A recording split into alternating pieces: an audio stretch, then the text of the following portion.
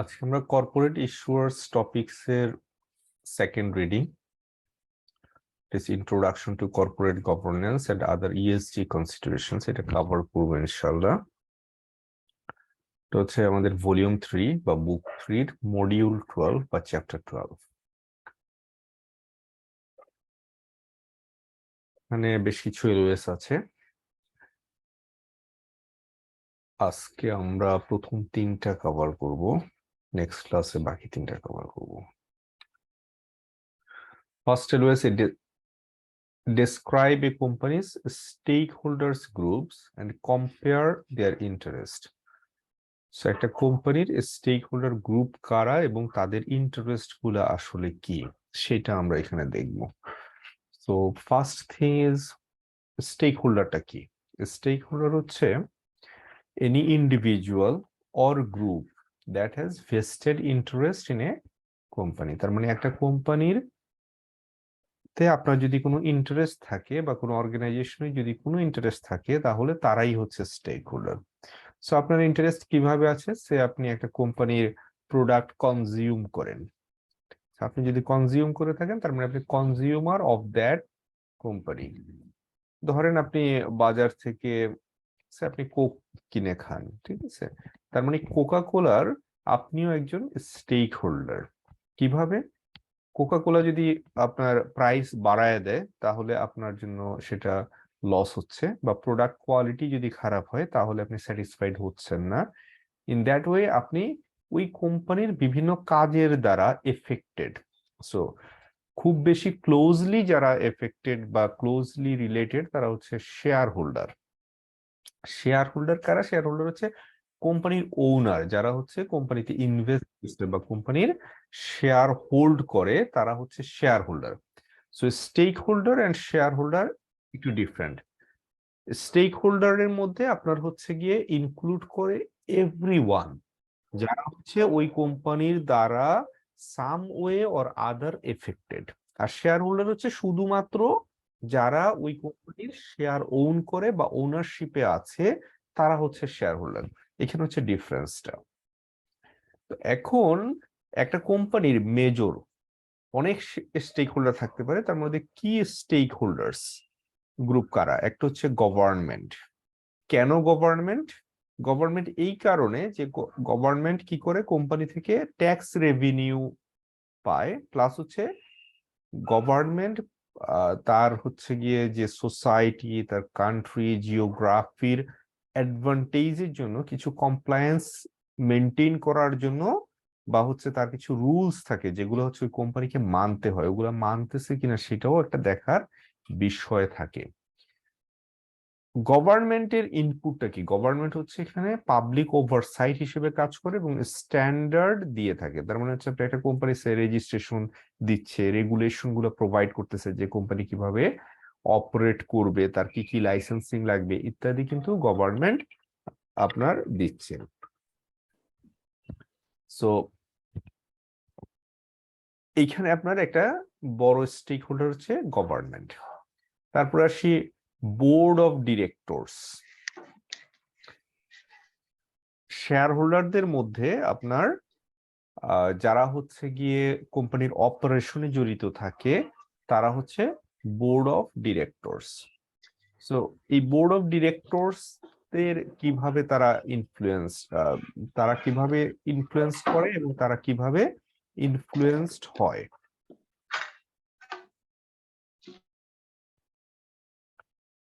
তো একটা হচ্ছে বোর্ড অফ ডিরেক্টরস কি কাজ করে? তারা যখন বোর্ডে বসে শেয়ার হোল্ডারদেরকে রিপ্রেজেন্ট করতেছে, তারা হচ্ছে স্টুয়ার্ডশিপ টা প্রোভাইড করতেছে। তার মানে হচ্ছে কোম্পানি কিভাবে অপারেট হবে, তার ডিরেকশন কি হবে, ওগুলা ইনপুট দিচ্ছে হচ্ছে বোর্ড অফ ডিরেক্টরস।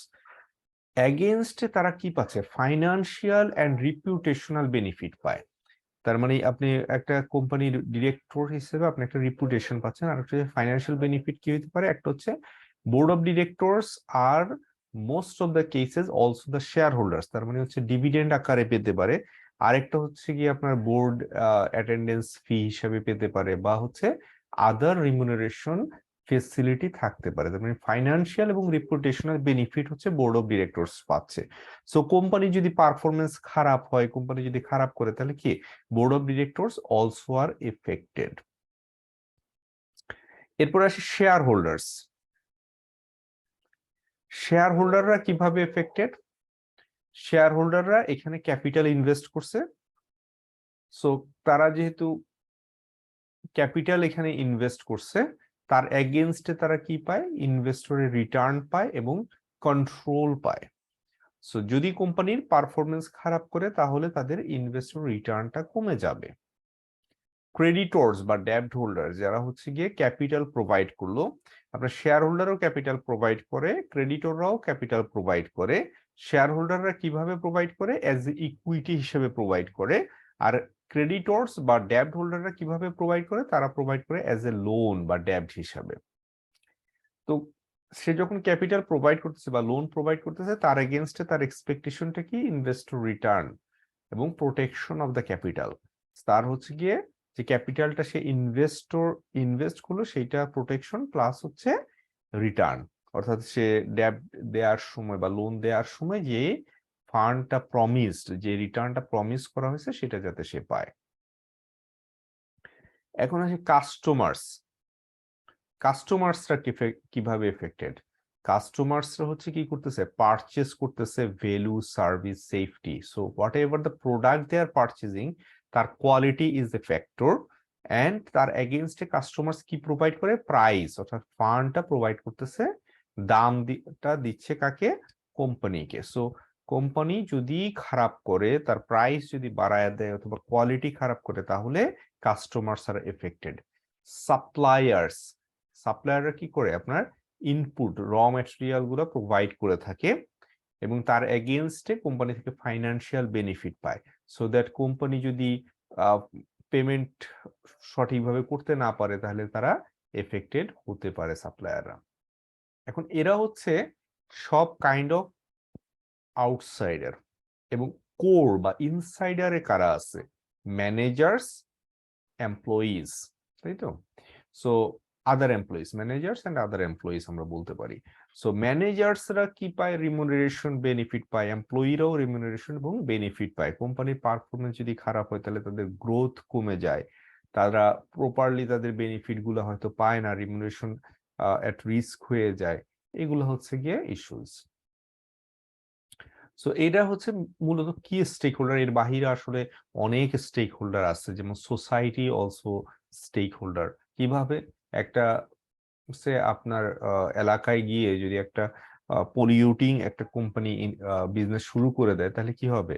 আপনার জন্য বসবাস করা সেখানে ডিফিকাল্ট হয়ে যাবে। আবার আরেকটা কোম্পানি হয়তো চ্যারিটি করে, আপনার এলাকায় হয়তোবা তারা বিভিন্ন ধরনের চ্যারিটেবল অ্যাক্টিভিটির মাধ্যমে সোসাইটিতে কন্ট্রিবিউট করতে পারে। এইভাবে আসলে অনেক অনেক স্টেক হোল্ডার থাকে একটা কোম্পানিতে। সো এই যে স্টেক হোল্ডার রিলেট করে দুইটা থিওরি আছে, একটা বলা হয়েছে শেয়ার হোল্ডার থিওরি, আর একটা হচ্ছে stakeholder theory. Shareholder থিওরিটা কাইন্ড অফ একটু ট্রেডিশনাল, স্টেক হোল্ডার থিওরিটা লেটার পরবর্তীতে আসছে। শেয়ার হোল্ডার থিওরিতে কি বলছে? The most important responsibility of companies managers and directors is to maximize shareholder return.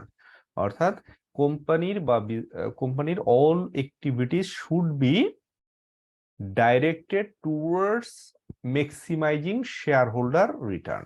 But stakeholder theory কি বলতেছে? It considers the interest of all stakeholders. ও হচ্ছে শুধু শেয়ার হোল্ডার না, all stakeholderদের কথা চিন্তা করে বা বলে যে সব স্টেক হোল্ডারকেই আসলে কনসিডার করতে হবে। It gives more prominence to ESG considerations by making them an explicit objective of the board of directors and management. So stakeholder theory তে ESG, what is ESG? Environmental, social, governance যে consideration গুলো আছে, এগুলাকে explicit objective হিসাবে place করা হয় before board of directors and the management. So আমরা stake holder দেখলাম, স্টেক হোল্ডার এবং শেয়ার হোল্ডারের মধ্যে ডিফারেন্সটা আমরা জানলাম, মেজর স্টেক হোল্ডার কারা সেটাও আমরা দেখলাম, তাই তো? সো এবং স্টেক হোল্ডার থিওরি এবং শেয়ার হোল্ডার থিওরির মধ্যে ডিফারেন্সটা কোথায় সেটা আমরা দেখলাম।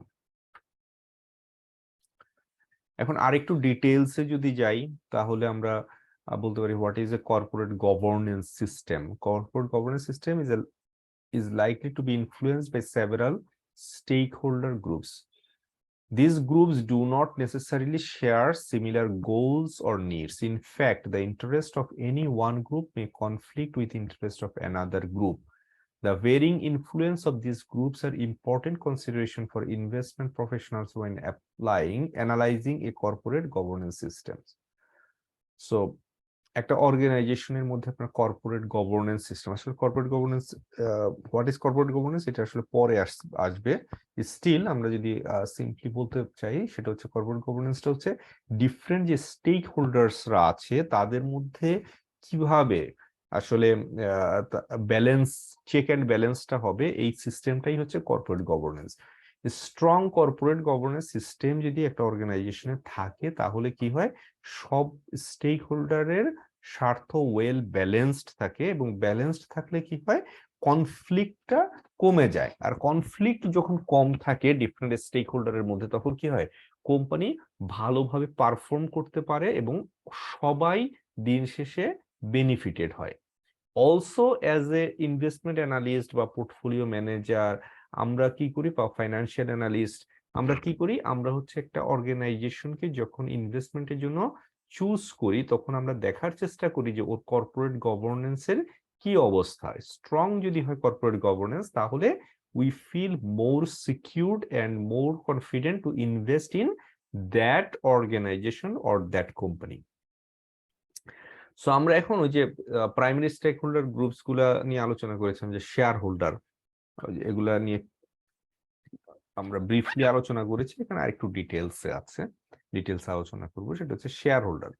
শেয়ার হোল্ডার কারা? যারা shareholders own shares of stock in a corporation and are entitled to certain rights such as right to receive dividend,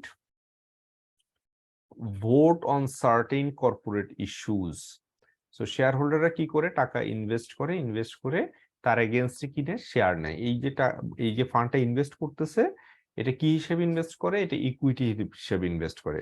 তো ইনভেস্ট করার পরে কোম্পানি এটা দিয়ে ব্যবসা করে, ব্যবসা করার পরে প্রফিট হইলে তখন দেয়ার ইজ পসিবিলিটি, যদিও এটা ম্যান্ডেটারি না, বাট দেয়ার ইজ পসিবিলিটি যে ডিভিডেন্ড ডিক্লেয়ার করবে এবং ডিভিডেন্ড পে করবে শেয়ার হোল্ডারদেরকে। শেয়ার হোল্ডাররা আরেকটা রাইট তাদের থাকে, সেটা হচ্ছে গিয়ে বোর্ড অফ ডিরেক্টরসকে ইলেক্ট করা, এজিএমের মাধ্যমে সেটা ইলেক্ট করতে পারে। অ্যান্ড অলসো কোনো ইম্পর্টেন্ট বড় ধরনের কোনো ইস্যুস থাকলে সেই ইস্যুস গুলাতে তারা ভোট দিতে পারে, ভোট দিয়ে তারা তাদের ওপিনিয়নটা জানাতে পারে। In terms of capital structure, shareholders are most junior class of capital providers. In case of company bankruptcy, shareholders receive proceeds only after all creditors' claims are paid. Shareholder interests are therefore typically focused on growth in corporate profitability that maximizes the value of company's equity. So shareholderদের ইন্টারেস্টটা তাহলে কি, কোম্পানির value maximisation.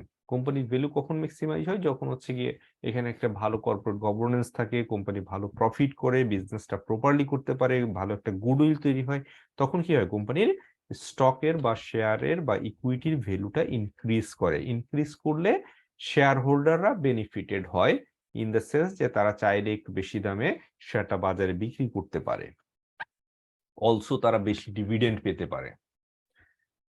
As company grows in size and its operation structure becomes more complex, most individual shareholders have little involvement in company's activities. Shareholders maintain control over the company through their power to elect the board of directors and vote for a specified resolution. The board of directors is expected to represent shareholders, protecting their interest, appointing senior management, providing strategic direction, monitoring company and management performance. So shareholderরা board of directors কে elect করতেছে, board of ডিরেক্টরসরা কি করতেছে, ম্যানেজারদেরকে appoint করতেছে, strategy ঠিক করতেছে, share হোল্ডারদের ইন্টারেস্ট গুলাকে প্রায়োরিটি দিয়ে দেখছে। In some companies, a particular shareholder or block of shareholders may hold a percentage of shares that gives them sufficient voting power to control the election of board of directors and to influence the approval or blockage of a company resolution. These shareholders are known as controlling shareholders. অর্থাৎ যদি একটা shareholder group তারা যদি এই পরিমাণ share hold করে যে তারা চাইলে বোর্ড অফ ডিরেক্টরস তারা আসলে বোর্ড অফ ডিরেক্টরসে যারা নির্বাচিত হবে, অর্থাৎ ধরেন 5 জন বোর্ড অফ ডিরেক্টরস হবে, তার মধ্যে 3 জনকে ইলেক্ট করার ক্ষমতা তাদের আছে, এই পরিমাণ শেয়ার যদি তারা হোল্ড করে তখন সেই গ্রুপটাকে বলা হয়েছে controlling share holder. In contrast, non controlling share holders or minority shareholders hold a much smaller proportion of a company's outstanding shares, resulting in a more limited ability to exercise control in voting activities. তো এখন আপনি ধরেন অল্প কিছু share hold করেন, তাহলে কি আপনি মাইনরিটি শেয়ার হোল্ডার, আপনি ভোট দিতে পারতেছেন ঠিক আছে, বাট ভোট দিয়ে আসলে আপনি ডিরেক্টরদেরকে এক্স্যাক্টলি আপনার পছন্দ মতো ডিরেক্টরকে ইলেক্ট করতে পারছেন না, because you don't have sufficient vote. যাদের সাফিসিয়েন্ট ভোট বা কন্ট্রোলিং শেয়ার হোল্ডার যদি সেখানে থাকে তাহলে ওরাই আসলে দেখা যাচ্ছে যে বোর্ড অফ ডিরেক্টরস কন্ট্রোল করতেছে, তারাই হচ্ছে গিয়ে ইলেক্ট করে নিচ্ছে। তো আপনার হয়তো ভোটিং রাইট আছে, বাট রাইট দিয়ে আপনি দিন শেষে উইন করতে পারছেন না।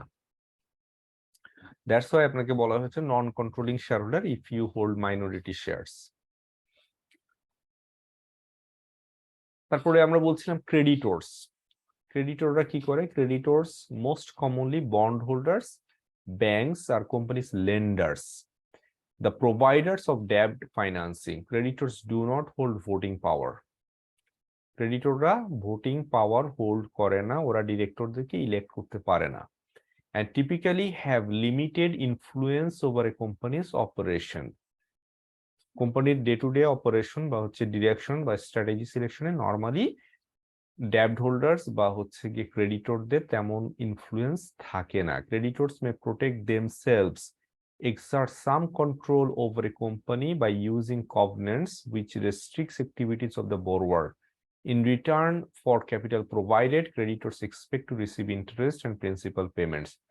The company's ability to generate cash flows mainly through its operation is the primary source of payment for creditors.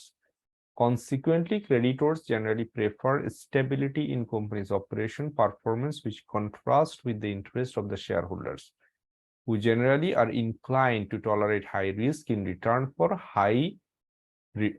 higher return potential from a strong company performance. এখানে ক্রেডিটররা কি করে? টাকা ধার দিতেছে, ফান্ড ধার দিচ্ছে, লেন্ড করতেছে, তার এগেইনস্টে তারা কি পায়? তারা পায় হচ্ছে একটা specified amount of extra money which we can say interest.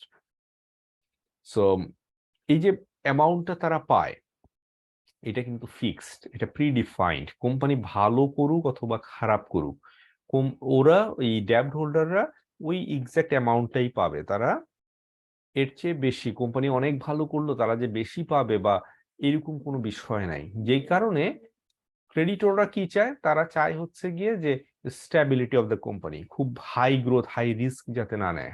High risk গ্রোথের জন্য অনেক সময় হাই রিস্ক নিতে হয়, এই হাই রিস্কটা ক্রেডিটররা প্রেফার করে না, কারণ হাই রিস্ক নিয়ে আপনি যদি ভালো করেন তারা তো এক্সট্রা পাবে না, কিন্তু হাই রিস্ক নিয়ে যদি আপনি লুজ করেন, আপনি যদি ব্যাংকরাপ্ট হয়ে যান, তাহলে তারা তাদের প্রিন্সিপাল ফেরত পাবে না, অথবা পেলেও পার্শিয়ালি তারা লুজ করবে। সেই জন্য তারা চায় হচ্ছে মোর স্টেবিলিটি। ইন কন্ট্রাস্ট কি হচ্ছে, আপনার ইকুইটি হোল্ডাররা ইউজুয়ালি চায় হচ্ছে গিয়ে কোম্পানি ইভেন একটু রিস্ক নিলেও যেন ভালো গ্রোথ শো করতে পারে, ভালো গ্রো করতে পারে, সাইজ বড় হয়, বিজনেস ভালো হয়, তাহলে কি হয়? শেয়ার হোল্ডারদের রিটার্নটা ম্যাক্সিমাইজ হয়। এই জায়গাটাতে আপনার একটা কনফ্লিক্ট তৈরি হয় between creditors and shareholders. Managers and employees. Senior executives and other high-level managers are normally compensated through salary, bonuses, equity-based remuneration, compensation, and certain perquisites. So, আপনার ম্যানেজার বা সিনিয়র এক্সিকিউটিভরা কি পায়? স্যালারি পায়, as pre-specified, some bonus পায়, তারপরে equity based remuneration পেতে পারে, like stock option পেতে পারে, এবং আদার টাইপ অফ পারকুইজিটস পেতে পারে। সো এই যে কম্পেনসেশন গুলা পাচ্ছে, এগুলা কারা পায়? ম্যানেজাররা পায়, ম্যানেজার এন্ড এমপ্লয়িরা মেইনলি পায়। As a result, managers may be motivated to maximize the value of their total remuneration while also protecting their employment position. So আপনি একটা কোম্পানিতে জব করেন, তো আপনার টার্গেটটা তখন কি থাকে? যে আপনার টোটাল যে কম্পেনসেশন, শুধু স্যালারি না, including bonuses, including stock options or other facilities মিলাই আপনার যে টোটাল বেনিফিটটা আপনি কোম্পানি থেকে পাচ্ছেন, এটা সব এমপ্লয়িরই টার্গেট থাকে এটা ম্যাক্সিমাইজ করা। অ্যাট দ্য সেম টাইম তারা কি চায়? তারা চায় যে কোম্পানি সাস্টেইন করুক, তার এমপ্লয়মেন্টটা ঠিক থাকুক, তার এমপ্লয়মেন্ট পজিশনটা ঠিক থাকুক, তার কেরিয়ারে গ্রোথ হোক।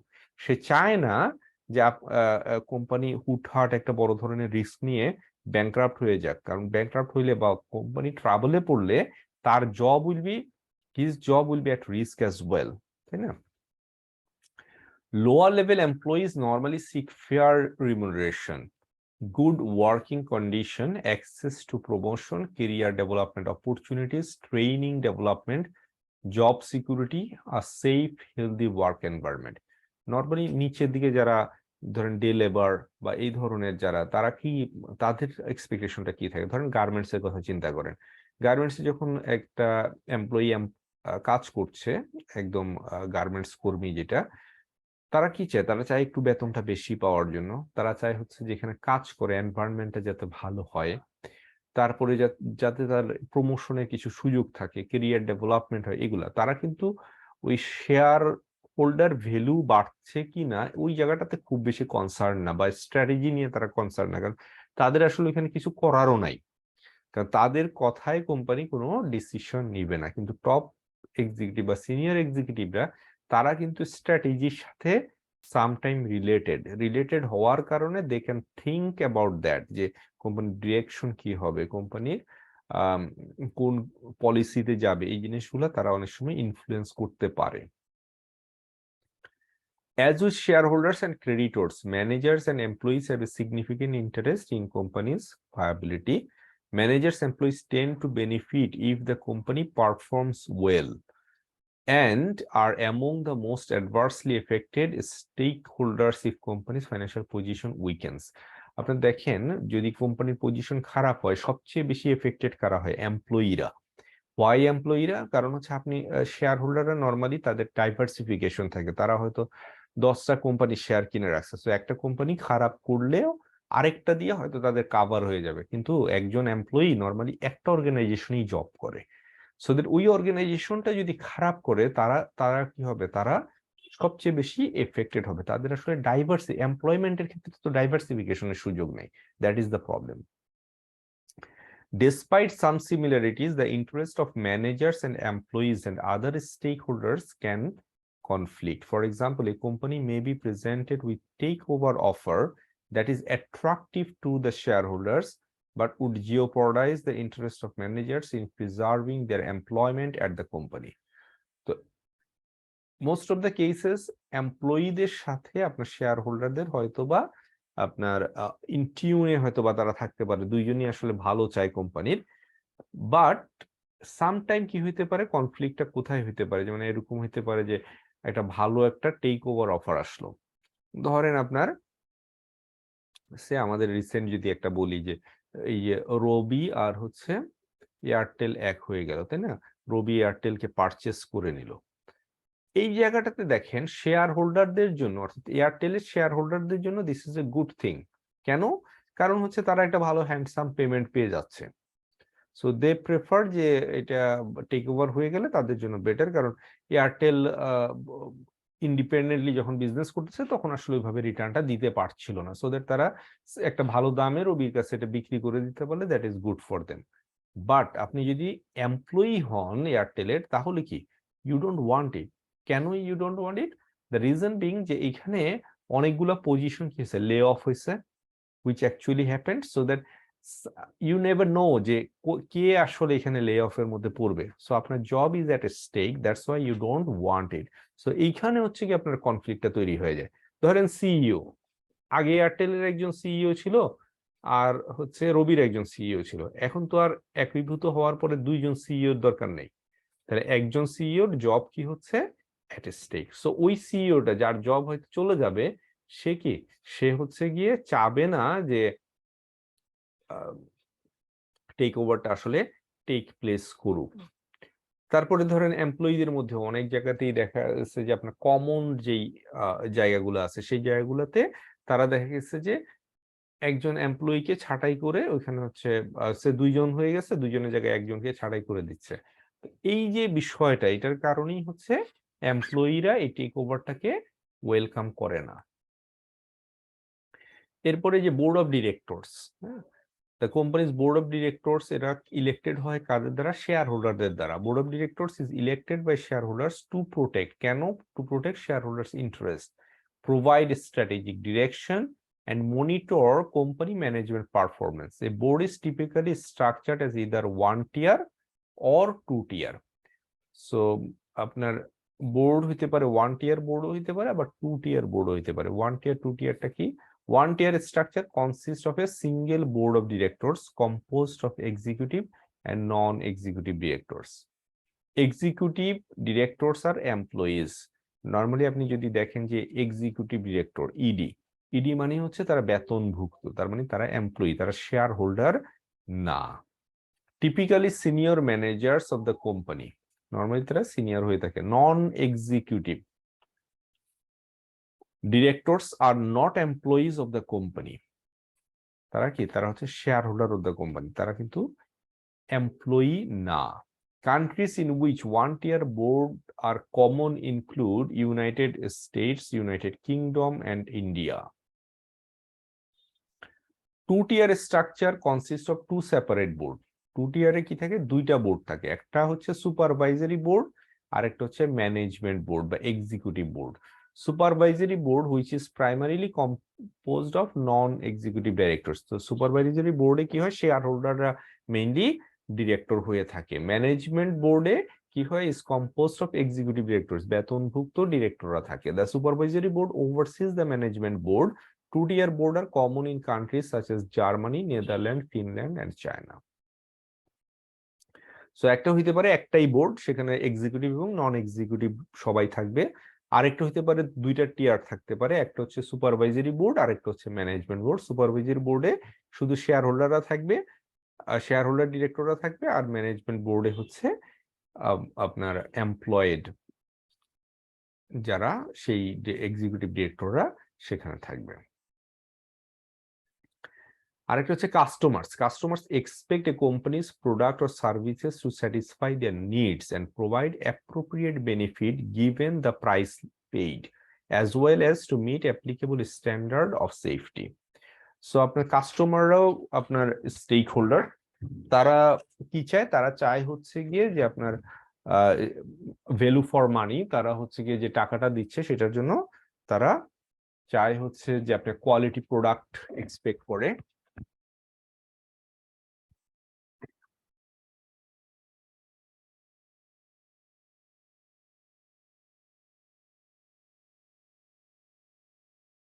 তারা এক্সপেক্ট করে যে সার্ভিসের কোয়ালিটিটা ভালো হোক, প্রোডাক্টের কোয়ালিটি ভালো হোক, তারা যাতে স্যাটিসফাইড হইতে পারে সেটা তারা এক্সপেক্ট করে। Depending on type of product or service and the duration of their relationship with the company, customers may desire ongoing support, product guarantee, after sale service. Also আপনার কি হয় যে অনেক প্রোডাক্টের ক্ষেত্রে অবশ্যই আপনার এটা ডিপেন্ড করতেছে, প্রোডাক্ট টু প্রোডাক্ট এটা ভেরি করবে। সেটা কিরকম যে কোনো কোনো প্রোডাক্টের ক্ষেত্রে আপনার কাস্টমার কি চায় যে আপনি একটা মোবাইল কিনলেন, মোবাইলের পরে আপনার কি আফটার সেল সার্ভিস বা প্রোডাক্টের গ্যারান্টিটা আপনি এনশিওর হচ্ছে কিনা সেটা আপনি চান। But at the same time হয়তো বা আপনি আরেকটা এমন অনেক প্রোডাক্ট আছে যেটাতে আসলে আফটার সেল সার্ভিস বা প্রোডাক্ট গ্যারান্টিটা ইম্পর্টেন্ট না। আপনি বাজার থেকে ভেজিটেবল কিনে নিয়ে আসলেন, আপনি কি প্রোডাক্ট গ্যারান্টি বা অনগোয়িং সাপোর্ট নেবেন?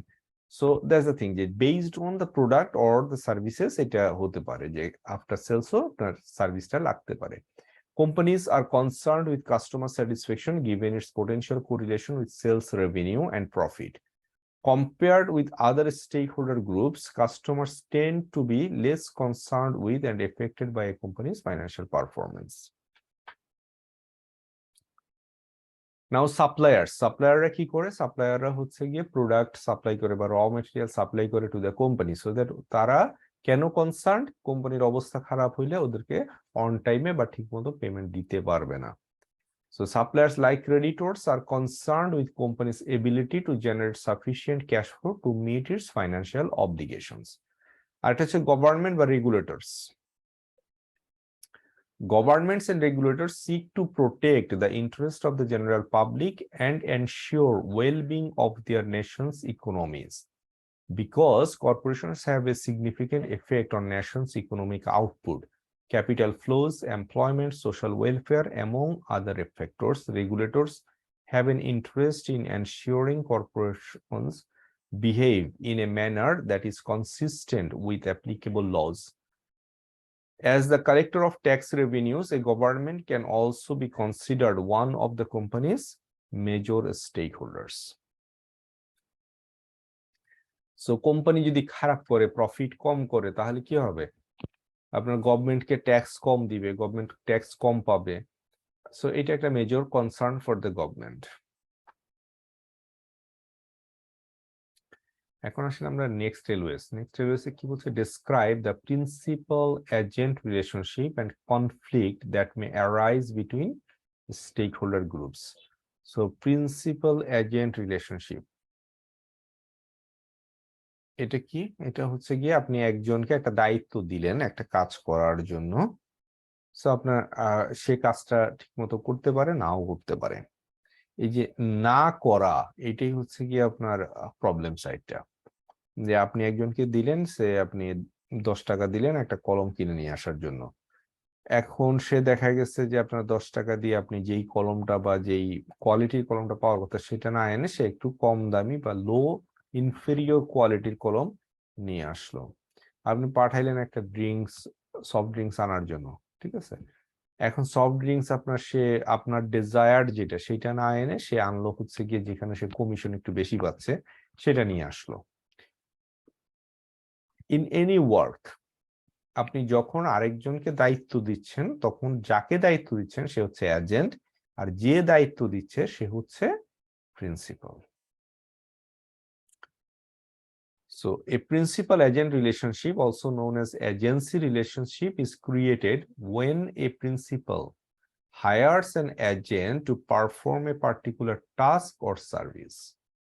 The principal agent relationship involves obligations, trust, expectation of loyalty. The agent is expected to act in the best interest of the principal. So normally expectationটা কি? এজেন্ট হচ্ছে প্রিন্সিপালের বেস্ট ইন্টারেস্টে কাজ করবে। In a company, agency theory stipulates that principal agent relationships often lead to conflict. অনেক সময় conflict তৈরি হতে পারে এই রিলেশনশিপ থেকে। For example, when the managers do not act in the best interest of shareholders. আপনার এই যে এমপ্লয়ীদেরকে নেওয়া হচ্ছে কোম্পানিতে, আপনার ম্যানেজারদেরকে নেওয়া হচ্ছে, তাদের কেন নেওয়া হচ্ছে? তাদের কেন বেতন দেওয়া হচ্ছে? তাদেরকে দেওয়া হচ্ছে to act for the best interest of the shareholder best ইন্টারেস্টের জন্য। কিন্তু তারা যদি সেটা না করে তখনই কনফ্লিক্টটা তৈরি হয়ে যায়। তারা যখন এমপ্লয়মেন্টে চলে যাচ্ছে তখন তারা চিন্তা করতেছে তাদের বেনিফিটের কথা, রেদার দেন তাদেরকে এমপ্লয় করা হয়েছে কি জন্য? শেয়ার হোল্ডারদের বেনিফিটের জন্য। সো আমরা আগের যে স্টেক হোল্ডারের যে চার্টটা সেটার দিকে যদি একটু দেখি, যেখানে এজেন্ট কারা আর প্রিন্সিপাল কারা। প্রিন্সিপাল হচ্ছে শেয়ার হোল্ডার হচ্ছে প্রিন্সিপাল। তারা কি করতেছে? তারা হচ্ছে বোর্ড অফ ডিরেক্টরস কে ইলেক্ট করতেছে। কেন ইলেক্ট করতেছে? শেয়ার হোল্ডারদের স্বার্থটা দেখার জন্য, শেয়ার হোল্ডারদের বেস্ট ইন্টারেস্টে কাজ করার জন্য। এই বোর্ড অফ ডিরেক্টরসরা ওরা তো ডে টু ডে সবসময় গিয়ে বসে থাকে না বা সবসময় কাজ করে না, তখন তারা রেগুলার কাজ করার জন্য সিলেক্ট করতেছে বা ইলেক্ট করতেছে ম্যানেজারসদেরকে। তার মানে শেয়ার হোল্ডারের এজেন্ট হচ্ছে আপনার board of directors, board of directors এর আবার এজেন্ট হচ্ছে ম্যানেজার্স। ইন আদার ওয়ে ম্যানেজার্সরা শেয়ার হোল্ডারদের এজেন্টও বটে। সো এখানে এক্সপেকটেশন, শেয়ার হোল্ডারদের এক্সপেকটেশন হচ্ছে বোর্ড অফ ডিরেক্টরস এবং ম্যানেজাররা তাদের শেয়ার হোল্ডারদের বেস্ট ইন্টারেস্টে কাজ করবে।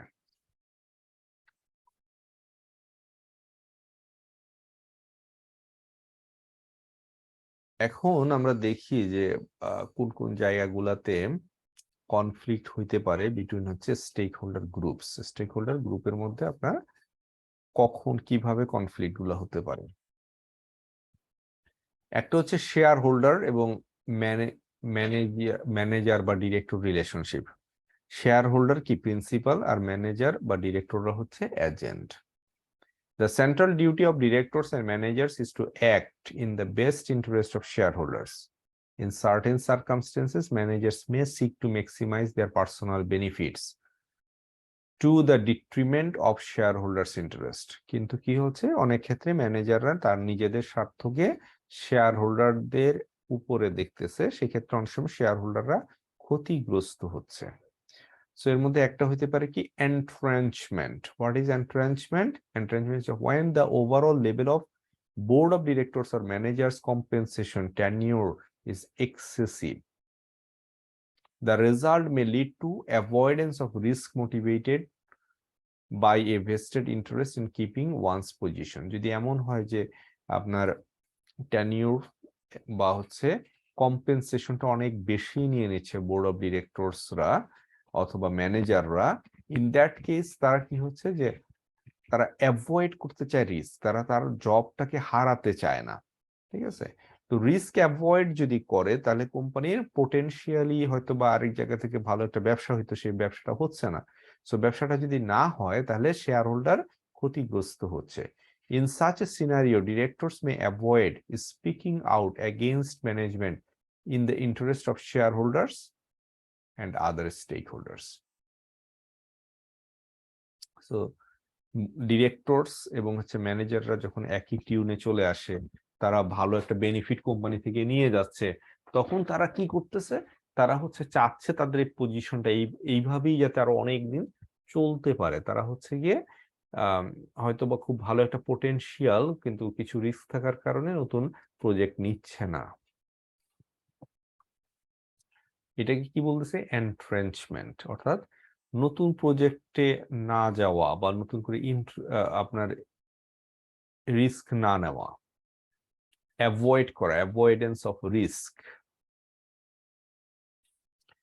এম্পায়ার বিল্ডিং আরেকটা কি, শেয়ার হোল্ডারদের কোম্পানি কিন্তু এম্পায়ার হচ্ছে ডিরেক্টর ম্যানেজাররা তাদের নিজেদের এম্পায়ার তৈরি করে নিচ্ছে। when directors and management compensation are high tied to the size of the business, এবং হচ্ছে কি আপনার কোম্পানির সাইজের সাথে যদি কম্পেনসেশনটা রিলেটেড থাকে, it can also lead to growth for growth sake, মানে হচ্ছে গ্রোথ করা হচ্ছে হয়তোবা লোন নিয়ে বা এনে গ্রোথ করা হচ্ছে ফর ওয়াই গ্রোথের জন্য, বাট অ্যাকচুয়াল গ্রোথ হয়তো হচ্ছে না, হয়তো আর্নিং এর গ্রোথ হচ্ছে না, যেটাতে আপনি শেয়ার হোল্ডার বেনিফিটেড হবে সেটা হচ্ছে না। কি হচ্ছে, সাইজ বড় হয়ে যাচ্ছে, হয়তো 10,000 কোটি টাকা লোন নিয়ে 10,000 কোটি টাকার অ্যাসেট পারচেস করলো, তাহলে কি হলো, কোম্পানিটা অনেক বড় হয়ে গেল, কিন্তু শেয়ার হোল্ডারদের তাতে বেনিফিট হলো না, বরং আনএক্সপেক্টেড রিস্ক বেড়ে গেল। In which managers are motivated to pursue acquisition, expansion that might not increase shareholder value. আর হচ্ছে excessive risk taking. Empire building হচ্ছে গ্রোথ ফর গ্রোথ সেক, অর্থাৎ মানে কোনো দরকার নেই, তারপর হচ্ছে গ্রোথ করানো, গ্রোথ বা কোম্পানির সাইজটা বড় করা। Excessive risk taking, a compensation package relying too heavily on stock grants. এমন যদি হয় যে ম্যানেজমেন্ট বা ডিরেক্টরদের কম্পেনসেশন প্যাকেজটা স্টকের সাথে হেভিলি রিলেটেড, তখন তারা কি করতে পারে, তারা স্ট্র্যাটেজি সিলেকশনের সময় তারা হাইলি রিস্কি ভেঞ্চারে যেতে পারে, কারণ যদি এটা সাকসেসফুল হয় they will be rewarded, if it is not successful তাদের হচ্ছে গিয়ে তারা হচ্ছে স্টকে বেসড যে কম্পেনসেশন সেটা তারা পাবে না। And options can motivate risk-taking behavior by management since option holders participate only in upside share price move. Similarly, too little or no use of stock grants options awarded to managers can lead to the opposite result. However, managers and directors without a meaningful equity stake in the company are typically more risk-averse in their corporate decision making, so they can better protect their long-term engagement by the company. This misalignment may be at odds with the company's value creation objective or with shareholders' desire for high risk, high reward endeavors. So এখানে কি হচ্ছে যে আপনি যদি স্টকের সাথে আপনার কম্পেনসেশনটা খুব বেশি রিলেটেড থাকে তাহলে আপনার রিস্ক হচ্ছে যে কোম্পানি বেশি বেশি রিস্ক নিবে। আর যদি আপনার একেবারেই আপনার স্টকের সাথে রিলেটেড না থাকে তাহলে দেখা যাচ্ছে যে আপনার টপ ম্যানেজমেন্ট চাবে যে একেবারেই রিস্ক অ্যাভার্স থাকার জন্য। তার মানে কি এখানে একটা ফাইন পয়েন্টের দরকার আছে, একটা পারফেক্ট যা কম্বিনেশনের দরকার আছে যেটা হলে পরে আপনার খুব বিজনেসের জন্য ভালো হয় এবং কনফ্লিক্টটাও তখন কমে যায়। মানে শেয়ার হোল্ডাররা যখন কম্পেনসেশনটা ডিফাইন করতেছে তখন হচ্ছে এমন ভাবে করা উচিত যাতে করে সেটা শেয়ার হোল্ডারদের ভ্যালুর সাথে অ্যালাইনড থাকে। Agency cost. Agency cost is incremental cost arising from conflict of interest when an agent makes decisions for a principal. 1 minute.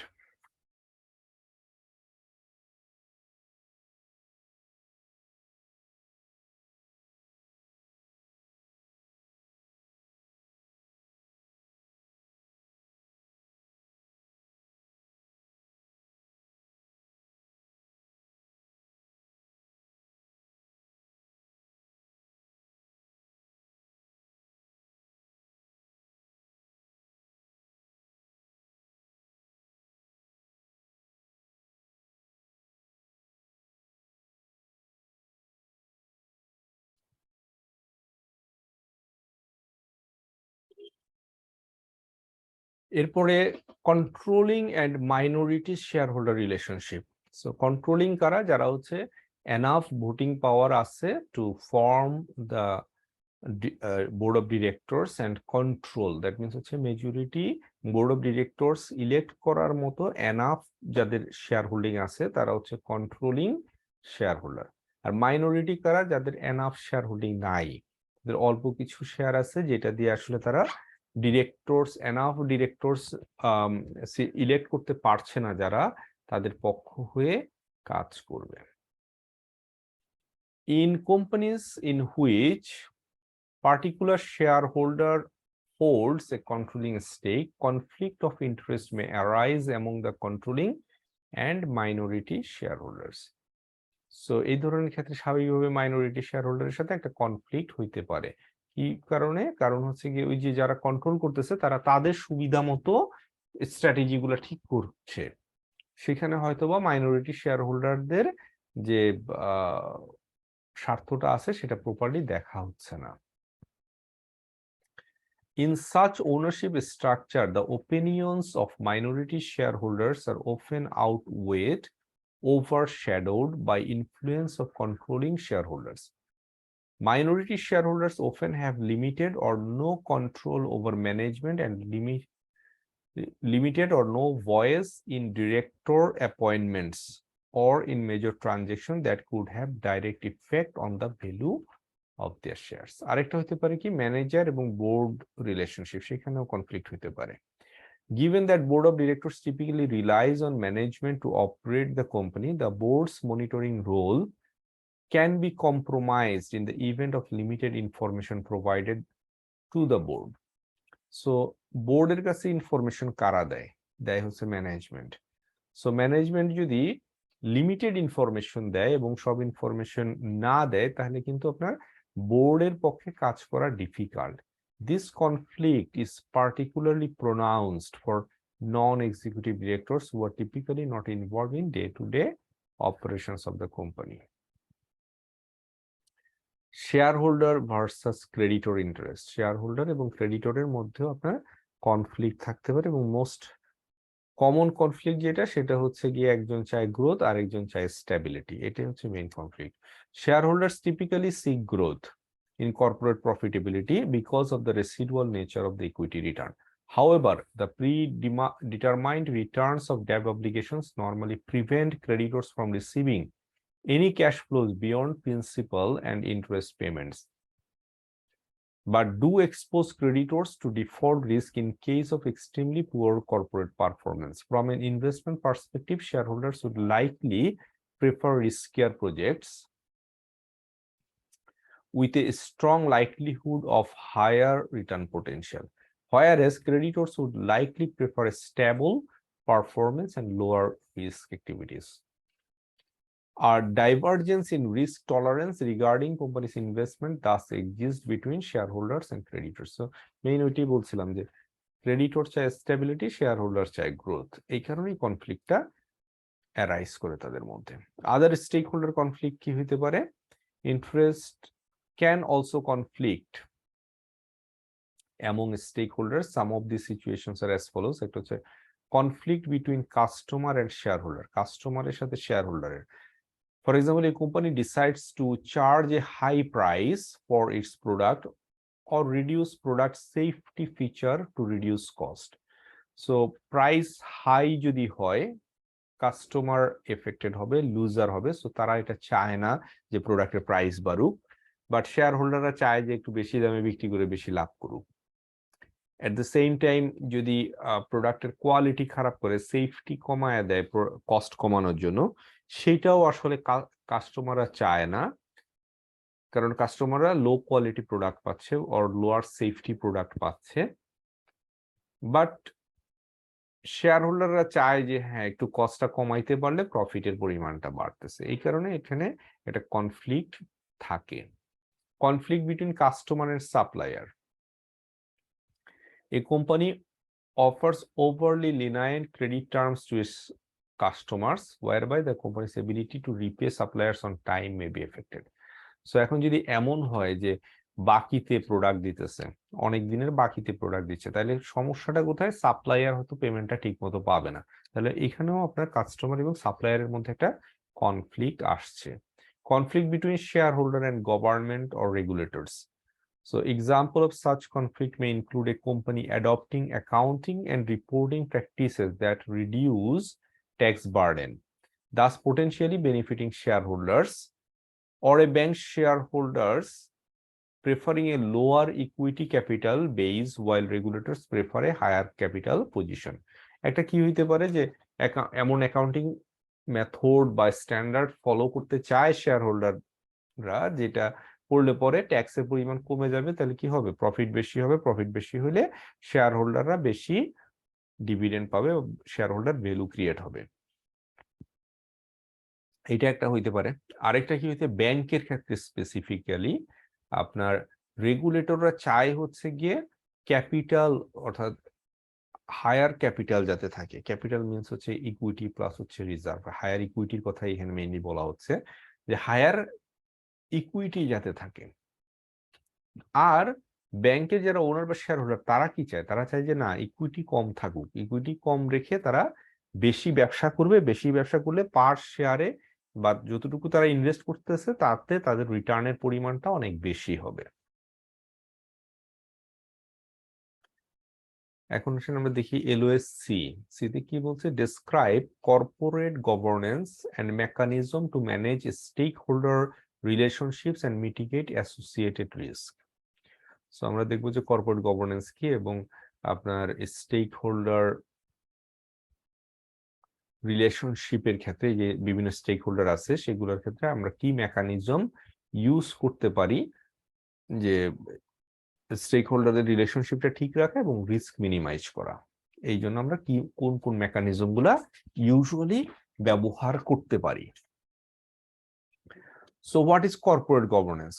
Corporate governance is the arrangement of checks, balances and incentive that exist to manage conflicting interest among a company's management, board, shareholders, creditors and other stakeholders. I mean, স্টেকহোল্ডারদের মধ্যে আপনার এই যে check and balance যে সিস্টেমটা, সেটাই হচ্ছে corporate governance. এখন what is stakeholder management? আমরা স্টেক হোল্ডার ম্যানেজমেন্টের মেকানিজম জানতে চাই। তাহলে what is stakeholder management? Stakeholder management involves identifying, prioritizing, understanding the interest of stakeholder groups, and it aims to laying the framework through which they can exercise adequate level of influence and control and protect their interest in the company. তাহলে আমাকে stakeholder ম্যানেজমেন্টটা হচ্ছে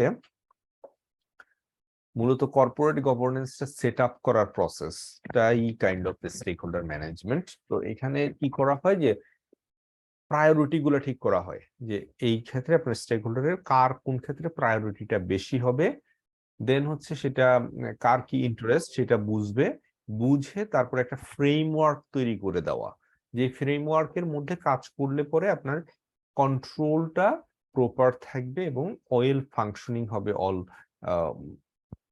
everything will be well functioning. For such balance to be maintained, corporate governance sets upon an underlying legal, contractual, organizational infrastructure. মানে কোম্পানির মধ্যে legal, contractual এবং organisational infrastructure তৈরি করতে হবে that defines the right, responsibilities, powers of each group and employs a specific stakeholder management mechanism. তো এখন stake হোল্ডারের আপনার মেকানিজম গুলা কি কি স্টেক হোল্ডার ম্যানেজমেন্টের? একটা হচ্ছে shareholder mechanism. Shareholder মেকানিজমে কি হয় যে শেয়ার হোল্ডাররা কি residual owner. As residual owner of the company, shareholders have legal contractual right in the company, ownership right আছে, and are driven to secure those rights through a variety of mechanism, control rights to protect their ownership interest and control in the company. এখন এই যে right গুলো আছে, right গুলো যে exercise করতে পারবে, এটা কিভাবে হবে? একটা দেশের হচ্ছে কি আপনার কি থাকবে, যে লিগ্যাল একটা স্ট্রাকচার থাকবে, প্লাস হচ্ছে একটা কোম্পানির নিজস্ব একটা স্ট্রাকচার থাকবে, একটা ফ্রেমওয়ার্ক থাকবে, সেখানে হচ্ছে ওদের কি রাইট গুলো এনশিওর করা হবে। একটা হচ্ছে কর্পোরেট রিপোর্টিং এন্ড ট্রান্সপারেন্সি। সেখানে কি হয় যে একটা যদি একটা ভালো ইনফ্রাস্ট্রাকচার থাকে, সেখানে কি হবে, রিপোর্টিং গুলা প্রপার হবে এবং ট্রান্সপারেন্টলি হবে। তখন কি হবে, share holder has access to range of financial, non financial information of the company. Financial এবং নন ফাইন্যান্সিয়াল ইনফরমেশন গুলো যদি প্রপারলি এমন একটা মেকানিজম থাকে যেটার মাধ্যমে ফাইন্যান্সিয়াল এবং নন ফাইন্যান্সিয়াল ইনফরমেশন গুলো শেয়ার হোল্ডারদের কাছে প্রপারলি যাচ্ছে, ইন দ্যাট কেস কি হবে, it will help to reduce the extent of information asymmetry between shareholders and managers. So manager এবং শেয়ার হোল্ডারদের মধ্যে ইনফরমেশনের গ্যাপটা কমে যাবে। Assess the performance of the company and that of its directors and managers. Manager এবং ডিরেক্টরদের performance গুলা assess করতে পারবে। Make information decision in valuing company and deciding to purchase, sell or transfer share. So informed একটা decision নিতে পারবে যে share নতুন করে শেয়ার কিনবে নাকি বিক্রি করে দিবে নাকি ট্রান্সফার করবে। ভোট অন কি corporate matters or changes. Share হোল্ডাররা কি কর্পোরেট ম্যাটার গুলাতে বা ডিরেক্টর চেঞ্জের ক্ষেত্রে বা হচ্ছে পলিসি চেঞ্জের ক্ষেত্রে ভোট দিতে পারবে। তার মানে এই যে রিপোর্টিং এবং ট্রান্সপারেন্সি এনশিওর করাটা is part of share stakeholder management process. What else? Shareholder meeting. Regular বেসিসে যদি শেয়ার হোল্ডার মিটিং হয়, দুই ধরনের মিটিং হতে পারে, একটা হচ্ছে অ্যানুয়াল জেনারেল মিটিং বা এজিএম বা জেনারেল মিটিংও এটাকে বলা হয়ে থাকে। এটা নর্মালি অ্যানুয়াল জেনারেল মিটিং বলার কারণ হচ্ছে বছরে নর্মালি এটা একবার হয়ে থাকে। আরেকটা হচ্ছে এক্সট্রা অর্ডিনারি জেনারেল মিটিং বা ইজিএম। ইজিএমটা যে কোনো সময় কল করা হইতে পারে, যে কোনো সময় এটা হতে পারে। সো এই যে মিটিং গুলা, এই মিটিং গুলাতে কি হয় যে ডিরেক্টরদের সাথে আপনার জেনারেল শেয়ার হোল্ডারদের একটা ইন্টারাকশন হয়। ইন্টারাকশন হইলে পরে কি হচ্ছে, ওই সময়ে জেনারেল শেয়ার হোল্ডাররা তাদের ওপিনিয়ন গুলা দিতে পারে, তাদের ভিউজ গুলা শেয়ার করতে পারে, তারা হচ্ছে ডিফারেন্ট ইম্পর্টেন্ট ম্যাটার গুলাতে তারা ভোট দিতে পারে, ডিরেক্টর ইলেকশনে তারা ভোট দিতে পারে। দিস ওয়ে আপনার শেয়ার হোল্ডাররা আপনার কি করতে পারে, তাদের যে রাইট গুলো সেগুলো এনশিওর করতে পারে। সো এই যে এজিএম হবে, জিএম হবে, এগুলা গুড কর্পোরেট গভর্নেন্স থাকলে এগুলো প্রপারলি হবে, তারপর হচ্ছে একটা লিগাল স্ট্রাকচার যদি থাকে তাহলে এগুলা প্রপারলি হবে, এবং তখন আপনার স্টেক হোল্ডার ম্যানেজমেন্টটা at the end of the day ensure হবে। প্রক্সি ভোটিং একটা process is the process that enables shareholders who are unable to attend a meeting to authorize another individual to vote on their behalf. তার মানে হচ্ছে কেউ যদি নিজে vote দিতে যাইতে না পারে এজিএম এ, তখন হচ্ছে আরেকজনকে নমিনেট করে দিল ভোট দেওয়ার জন্য। আর একটা হচ্ছে cumulative voting, as opposed to straight voting, enables shareholders to accumulate and vote all their shares for a single candidate in an election involved more than one director. This voting process raises likelihood that minority shareholders are represented by at least one director on the board. এখানে কি হয়, ধরেন আপনার 5 জন director elected হবে, 5 directors. তো আপনার ধরেন একটা শেয়ার আছে, 1 শেয়ার, আপনি একটা শেয়ার হোল্ড করেন, তাহলে কি আপনি 5 জন ডিরেক্টর যেহেতু ইলেক্ট হবে, আপনি 5টা ভোট দিতে পারবেন, দাঁড়াইছে মনে করেন 10 জন, 10 জনের থেকে 5 জন হচ্ছে ইলেক্টেড হবে। সো আপনি আপনার পছন্দ মতো 5 জনকে দিতে পারবেন। এটাকে বলা হচ্ছে স্ট্রেইট ভোট, যে আপনি 5টা ভোট দিলেন 5 জনকে 5টা পজিশনের জন্য। ধরেন আমাদের এখানে এমপি ইলেকশন হইতেছে, চেয়ারম্যান ইলেকশন হইতেছে, আপনি চেয়ারম্যান ইলেকশনে একটা ভোট দিতেছেন, আবার হচ্ছে এমপি ইলেকশনে আরেকটা ভোট দিতেছেন, হুইচ ইজ কোয়াইট ফাইন, যে আপনি একজন ব্যক্তি, আপনি 2টা ভোট দিতে পারতেছেন। সো 5 জন ডিরেক্টর যদি ইলেক্টেড হয় তাহলে আপনি 5টা ভোট দিতে পারবেন। এটা হচ্ছে স্ট্রেইট ভোটিং। আর কিউমুলেটিভ ভোটিংটা কি? কিউমুলেটিভ ভোটিংটা হচ্ছে যে না, আপনি 5 জনকে বা 5 জনকে আপনি ভোট দিতে হবে এরকম কোনো বিষয় নাই। যদি 5 জন ডিরেক্টর আপনার নির্বাচিত হয়, এরকম হয়, আপনি 5টা ভোট একজন কি দিতে পারবেন চাইলে, বা আপনি 2 জনের মধ্যে দিতে পারবেন, 3 জনের মধ্যে ভাগ করে দিতে পারবেন, এটা আপনার ইচ্ছা। সো আপনি 5টা ভোট যে কোনো ভাবে দিতে পারবেন, একজনকে 5টা ভোটই একজনকে দিয়ে দিতে পারবেন, আবার হচ্ছে ভাগ করেও দিতে পারবেন। এটাকে বলে হচ্ছে কিউমুলেটিভ ভোটিং। এদের সুবিধাটা কি, ওই যে যারা হচ্ছে মাইনরিটি শেয়ার হোল্ডার, তারা দেখা গেল যে 5 জনকে 5টা ভোট দিলে তার দেখা যাচ্ছে যে কেউই ইলেক্টেড হইতেছে না, তার চেয়ে সে কি করলো, সবগুলা ভোট হয়তো একজনকে দিলে দেয়ার রিমেইনস এ পসিবিলিটি যে অ্যাটলিস্ট একজন রিপ্রেজেন্টেটিভ মাইনরিটি শেয়ার হোল্ডারদের মধ্য থেকে ইলেক্টেড হইল অ্যাজ এ ডিরেক্টর। আরেকটা হচ্ছে, এটি তো শেয়ার হোল্ডার, প্রথমে দেখলাম কর্পোরেট রিপোর্টিং এন্ড ট্রান্সপারেন্সি, তারপরে দেখলাম শেয়ার হোল্ডার মিটিং, এখন দেখছি শেয়ার হোল্ডার অ্যাক্টিভিজম। এটা কি? Refers to strategies used by shareholders to attempt to compel a company to act in a desired manner. So শেয়ার হোল্ডারদের যেভাবে ডিজায়ার্ড সেভাবে যদি কোম্পানি অপারেট না করে, তাহলে তারা কিছু অ্যাক্টিভিটি করতে পারে, যেগুলো অ্যাক্টিভিটির মাধ্যমে তারা বাধ্য করতে পারে যে কোম্পানিটা তাদের মতো করে চলুক। সেটা কি কি? একটা হচ্ছে শেয়ার হোল্ডার ডেরিভেটিভ লসুট। সেটা কি? Legal proceeding initiated by one or more shareholder against board of directors, management or controlling shareholders of the company. So আপনি মনে করেন আপনার এনাফ ভোট নাই, আপনি আসলে ডিরেক্টর নমিনেট করতে পারছেন না, বা হচ্ছে আপনি বোর্ডকে আপনি ইনফ্লুয়েন্স করতে পারছেন না, আপনার এনাফ ভোট নাই, সেই ক্ষেত্রে আপনি কি করতে পারেন? কোর্টে চলে যেতে পারেন। যদি এমন কিছু হয় যে আপনার স্বার্থ বিরোধী, আপনি লিগালি আপনি পাওয়ার কথা, বাট আপনার সেই বেনিফিট আপনি পাচ্ছেন না বা সেইভাবে হচ্ছে না, দেন আপনি কি করতে পারেন? আপনি চলে যেতে পারেন হচ্ছে কোর্টে। এটাকে বলা হচ্ছে শেয়ার হোল্ডার ডেরিভেটিভ লসুট। আরেকটা কি হইতে পারে? Corporate takeover. যারা বর্তমানে আপনার ডিরেক্টর হিসেবে আছে, তারা হচ্ছে অ্যাজ ডিজায়ার্ড কাজ করছে না, তখন টেক ওভার হইতে পারে। কিরকম? একটা হচ্ছে প্রক্সি কন্টেস্ট। প্রক্সি কন্টেস্টটা কি? Shareholders are persuaded to vote for group seeking a controlling position on a company's board of directors. So outside থেকে একটা গ্রুপ অফ পিপল, তারা হচ্ছে গিয়ে ভোটের অ্যারেঞ্জ করলো, তারা সবাইকে পার্সু করলো যে ভোট দেওয়ার জন্য, তারা একটা ক্যাম্পেইন রান করলো, সো দ্যাট তারা এক্সিস্টিং বোর্ডকে চেঞ্জ করতে পারে। আরেকটা কি হইতে পারে? Tender offer or hostile takeover. Tender অফারটা কি? Seek to control a company through control of the board and thus management. Tender অফারে কি হয়? Tender offer involves an offer to shareholders to sell their interest directly to the group seeking to gain control. যে গ্রুপটা বা যারা হচ্ছে গিয়ে control নিতে চাচ্ছে তারা সরাসরি শেয়ার হোল্ডারদের সাথে যোগাযোগ করে তাদেরকে অফার দিচ্ছে যে আমরা একটা সার্টেন প্রাইসে বাই করে নিতে চাই, তোমরা আমাদের কাছে বিক্রি করে দাও তোমাদের শেয়ার। আরেকটা কি হইতে পারে? Hostile takeover. Hostile takeover is an attempt to acquire the company without consent of company's management.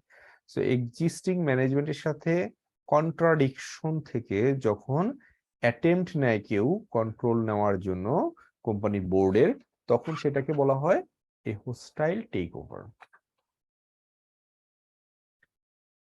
Share holder mechanism দেখলাম, আরেকটা হইতে পারে কি ক্রেডিটর মেকানিজম। শেয়ার হোল্ডার মেকানিজমে কি হয়? শেয়ার হোল্ডারদের স্বার্থটা সংরক্ষণ করা হয়, আর ক্রেডিটর মেকানিজমে ক্রেডিটরের স্বার্থটাকে সংরক্ষণ করা হয়।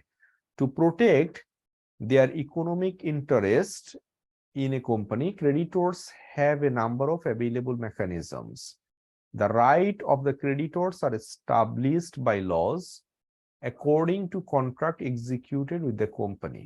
Laws vary by jurisdiction but commonly contain provision to protect creditors' interest and provide legal recourse.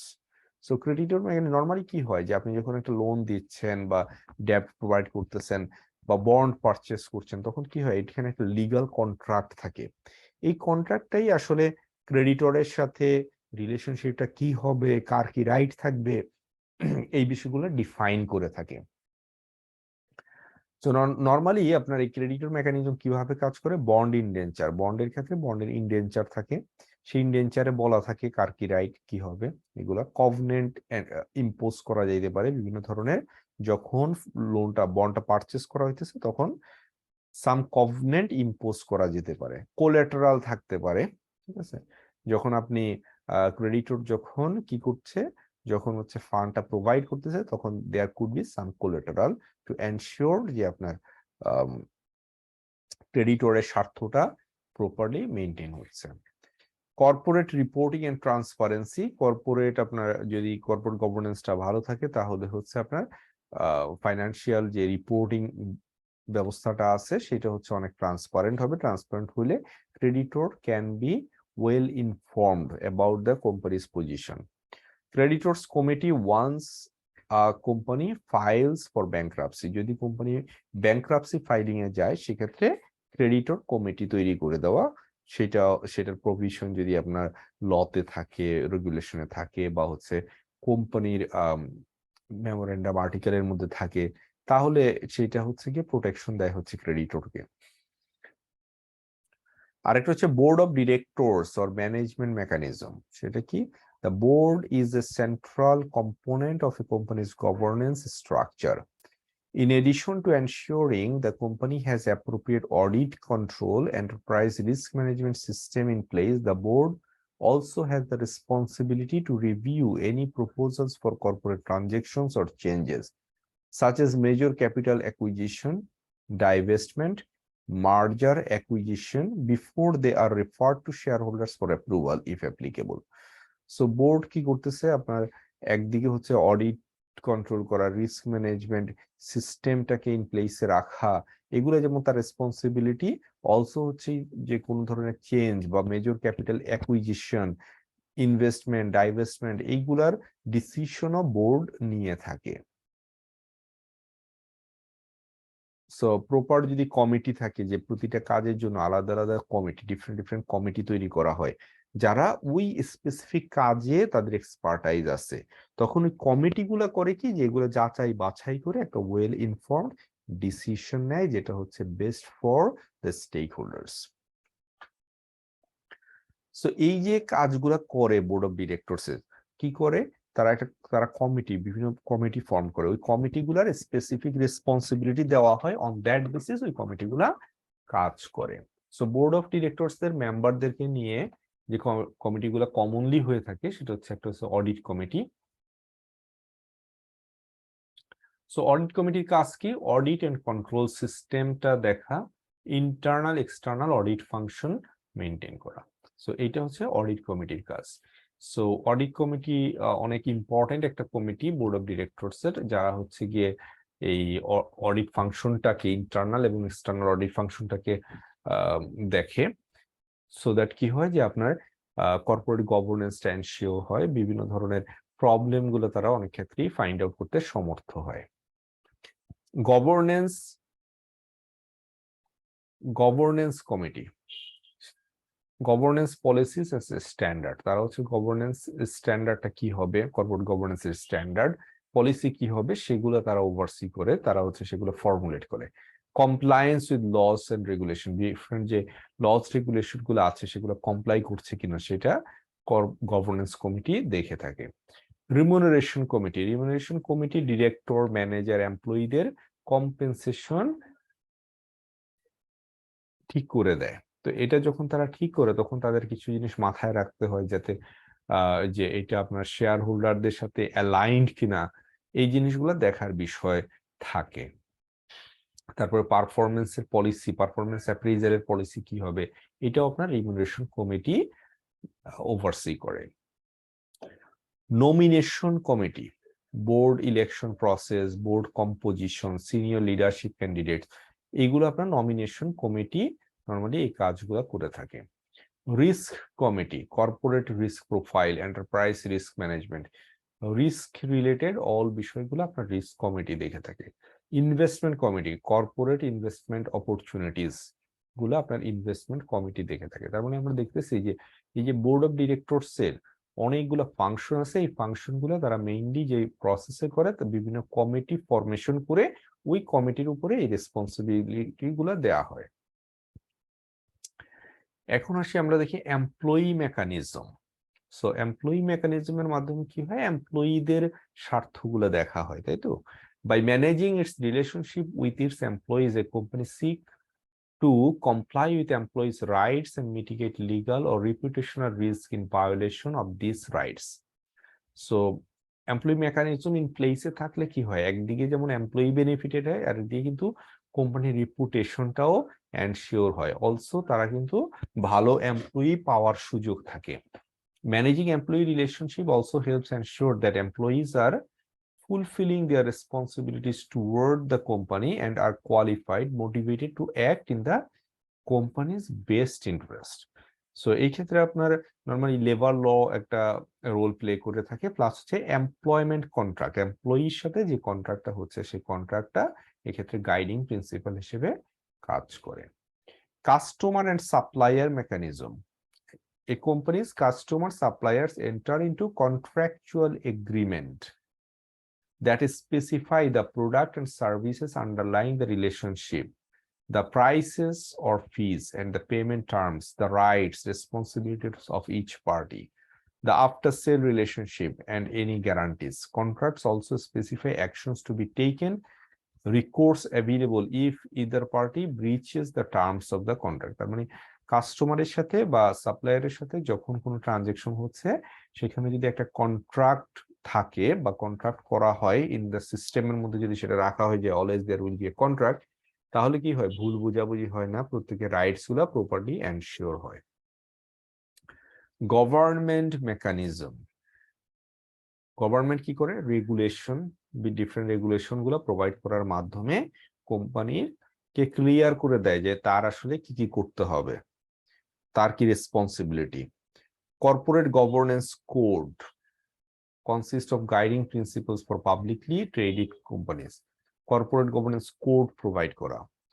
Common, আচ্ছা, রেগুলেশন এবং কর্পোরেট গভর্নেন্স কোড এগুলোর মাধ্যমে কি হয়, একটা কোম্পানি তার গাইডিং প্রিন্সিপাল গুলো পেয়ে যায়, তাকে আসলে কিভাবে অপারেট করতে হবে সেগুলো জানতে পারে এবং সেগুলা অনুযায়ী কোম্পানি কাজ করতে পারে। একটা জিনিস আমরা এখানে দেখি যে common law and civil law. So যারা হয়তো জানেন না সেটা একটু বলি যে কমন ল কোনটা আর সিভিল ল কোনটা। কমন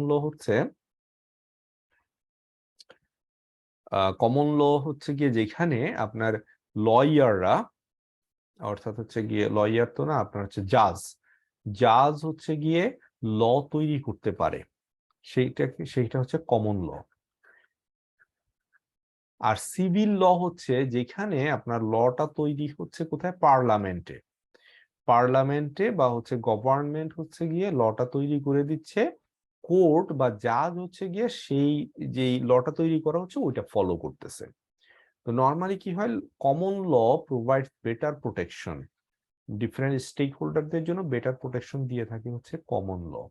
সিভিল লতে যেটা হয় যে ফাঁক ফোকর বেশি থাকে, যেহেতু এটা আপনার একটা ভেরি স্ট্রিক্ট, এখানে আসলে ইন্টারপ্রিটেশনের সুযোগ কম, সেই জন্য হচ্ছে আপনার এখানে একটু গ্যাপ থাকতে পারে।